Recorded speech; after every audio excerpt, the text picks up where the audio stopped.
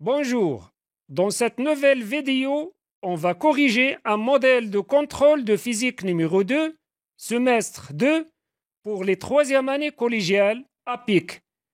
Les leçons concernées sont les forces, équilibre d'un corps solide soumis à deux forces, poids et masse, et la loi d'Ohm.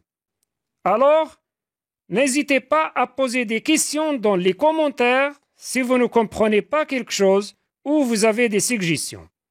Allons, on y va.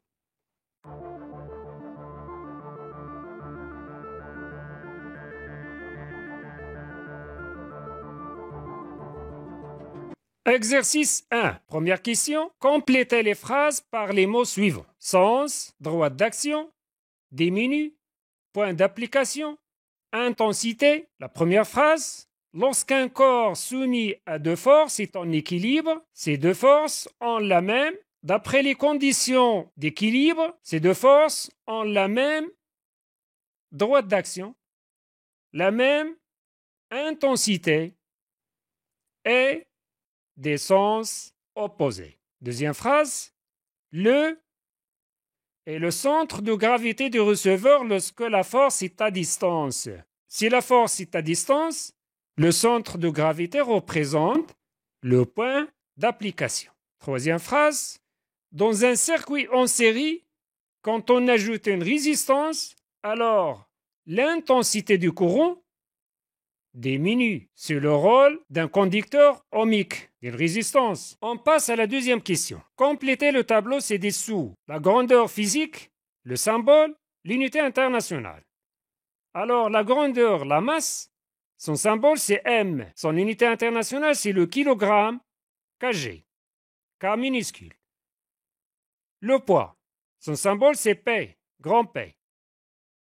Et son unité c'est Newton, grand N, son symbole.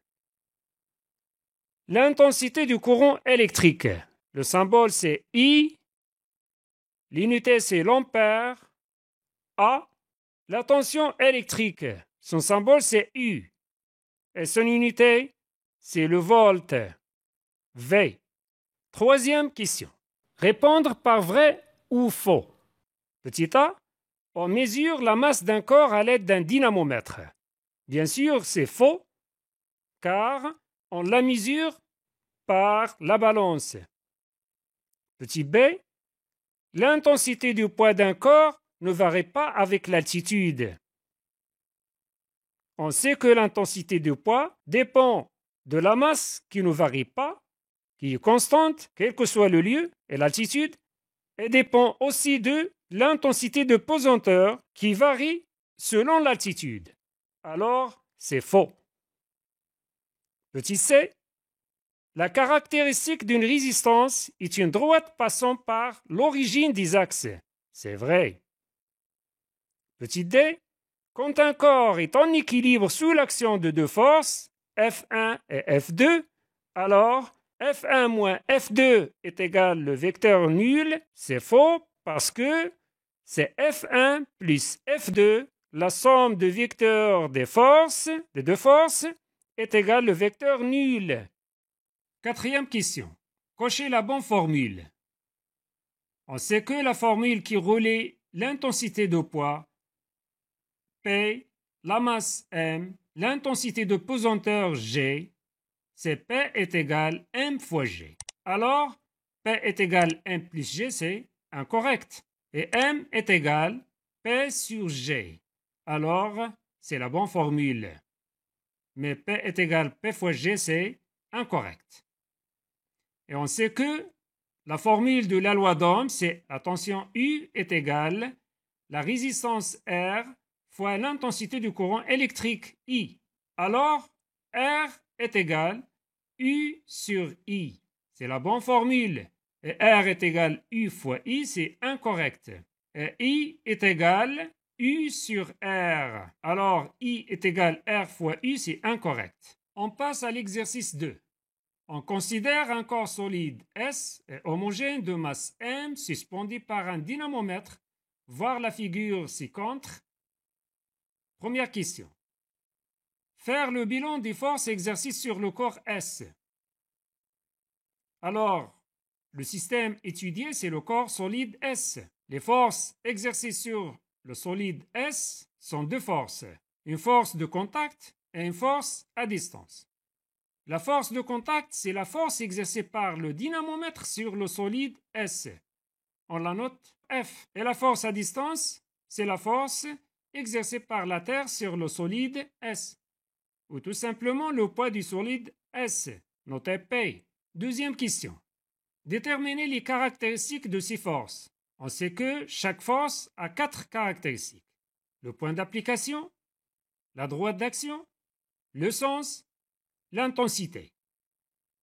On commence par la force exercée par le dynamomètre sur le corps S. C'est le vecteur F. Le point d'application, c'est le point de contact. C'est A. La droite d'action, c'est la droite verticale passant par le point d'application A. Le sens, c'est de A vers le haut, ou bien de bas vers le haut. L'intensité, c'est l'intensité indiquée par le dynamomètre, c'est 3 newtons. F est égal à 3 newtons. On passe à la force P, le poids du corps S. Son point d'application, c'est le centre de gravité G. La droite d'action, c'est la droite verticale passant par G, et on sait qu'elle passe par A aussi, alors c'est la droite AG. Le sens, c'est de G vers le bas, ou bien de haut vers le bas. Son intensité, P est égal F est égal 3 newtons, parce que ce corps est en équilibre soumis à deux forces, alors elles ont la même intensité, d'après les conditions d'équilibre d'un corps soumis à deux forces. Troisième question. Représentez sur la figure précédente ces forces en utilisant l'échelle 1 cm pour 1,5 newton. Et on sait que l'intensité de ces deux forces est égale à 3 newtons. Alors, on va les représenter par 2 cm. Pour la force F, exercée par le dynamomètre sur le corps S, A comme origine, c'est le point d'application A, selon la droite d'action verticale passant par A vers le haut est de longueur 2 cm. Alors F est pour le poids, le vecteur P, d'origine G, le centre de gravité, le point d'application, selon la droite verticale, vers le bas est de la même longueur, 2 cm. Quatrième question. Calculer la masse M de ce corps S, sachant que l'intensité de pesanteur G est égale à 10 newtons par kilogramme. On sait que P est égal à M fois G. Alors, M est égal P sur G. Donc, M est égal 3 newtons sur 10 newtons par kilogramme est égal 0,3 kg. C'est la masse de ce corps S. Cinquième question. Déduire la masse du corps S sur la Lune. Justifié. On sait que la masse est invariable. Alors, M est égal 0,3 kg car la masse reste constante quel que soit le lieu. On passe à l'exercice 3. On a tracé la caractéristique d'un conducteur ohmique, voir la figure ci-contre. Première question.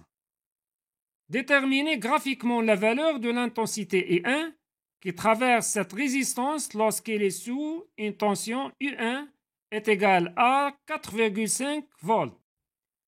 4,5 volts est l'ordonnée d'un point qui appartient à la droite rouge qui représente la caractéristique de ce conducteur ohmique.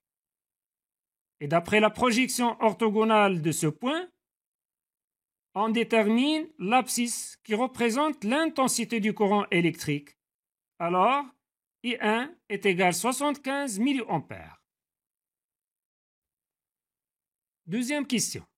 Déterminer graphiquement la valeur de la tension I2 entre les bornes de cette résistance lorsqu'elle est traversée par une intensité du courant électrique I2 est égale à 150 mA. De la même façon, cette fois-ci, on a l'abscisse qui est égale à 150 mA et on cherche l'ordonnée. Alors, la tension I2 est égale à 9 volts. Troisième question. Déterminez la valeur de la résistance R de ce conducteur ohmique. On sait que la résistance est le coefficient directeur ou bien la pente de la droite qui représente la caractéristique du conducteur ohmique. Alors, la résistance R est égale I2 moins I1 sur I2 moins I1. On choisit n'importe quel deux points qui appartiennent à la droite, qui représentent la caractéristique de ce conducteur. Par exemple, le point de la question 1 et le point de la question 2. Et on utilise la formule R est égal I2 moins I1 sur I2 moins I1 est égal 9 volts moins 4,5 volts sur 150 mA moins 75 mA est égal 4,5 volts sur 75 mA et on n'oublie pas de convertir de milliampère vers l'ampère. Alors est égal 4,5 volts sur 0,075 ampères est égal 60 ohms. Ou bien tout simplement, il suffit de prendre un point et on calcule l'ordonnée U sur l'abscisse I et on trouve la même valeur R est égal 60 ohms. Quatrième question. Calculez l'intensité qui traverse ce conducteur ohmique lorsqu'il est sous une tension 24 volts.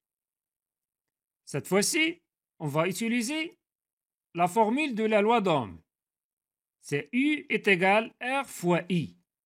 Alors, I est égal U sur R. Et on a U est égal 24 volts. Et on a déjà calculé R, la résistance est égale 60 ohms. Donc, I est égal 24 volts sur 60 ohms est égal 0,4 ampères est égal à 400 milliampères si on veut convertir cette valeur. On est arrivé à la fin de cette vidéo et n'oubliez pas de